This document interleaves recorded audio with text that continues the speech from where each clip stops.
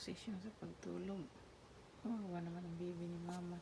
Siyong, siyong, siyong, siyong. Kaluwi man sa baby. Kawawa ang baby ni mama. Posisyon sa pagtulog.